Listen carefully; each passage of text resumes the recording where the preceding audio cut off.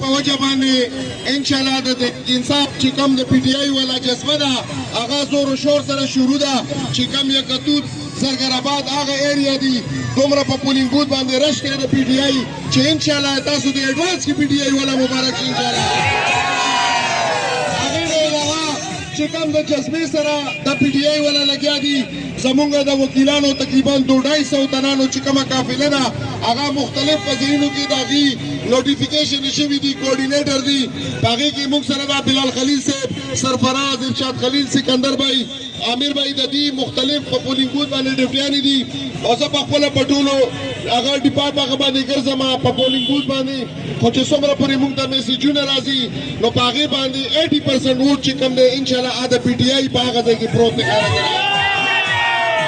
او انشاءالله دا دوه درو اوازونه په ما ته جوابونه راکوي آی آی